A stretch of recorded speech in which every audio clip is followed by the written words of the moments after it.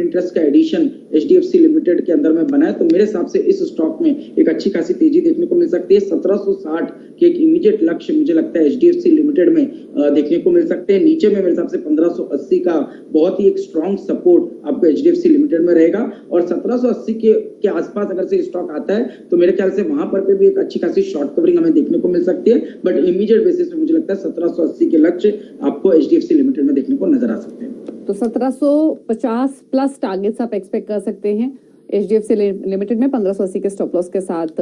प्रकाश जी, दो स्टॉक्स आपने रिकमेंड किए, मदरसन सुमी और एनएमडीसी, आखिरी पिक क्या रहेगी आपकी ओर से? दीपाली, आखिरी पिक जो है वो यूटिलिटी क्षेत्र से है। मेरी समझ में ये जो स्लो डाउन हम देख रहे हैं और जो लॉकडाउन के चलते हुए जो कारोबार सब ठप हुआ है, इसमें एक एरिया ऐसा है कि जो बिजली और गैस और ऑफ कोर्स पानी, ये तीन चीजों का उपयोग जो है वो कहीं कम होता हुआ नहीं नजर आया है। और उस लिहाज से अगर देखें तो कुकिंग गैस जो बॉम्बे के क्षेत्र में सबसे बड़ा जो प्लेयर है वो एमजीएल है, उनकी पाइप गैस की सप्लाई जो है वो बरकरार रही।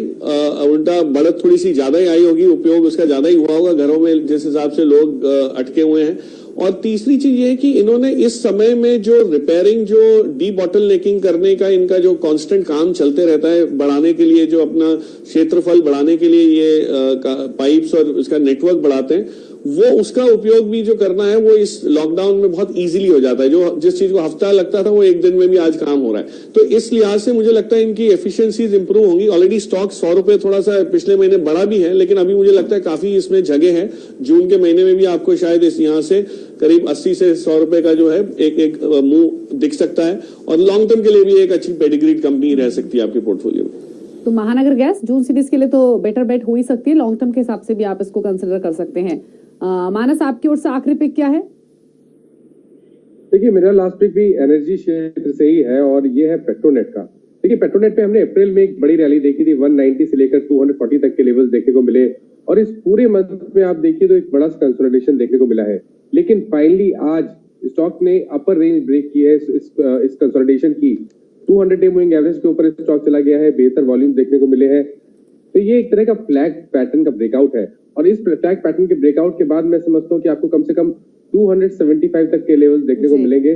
तो पेट्रोनेट तो एक बहुत क्लियर कट बाय है, जिसमें आपको स्टॉप लॉस 244 के रखने हैं। तो खरीदने की सलाह है 244 के स्टॉप लॉस के साथ 275 का टारगेट। क्विकली आशीष, आपकी लास्ट पिक?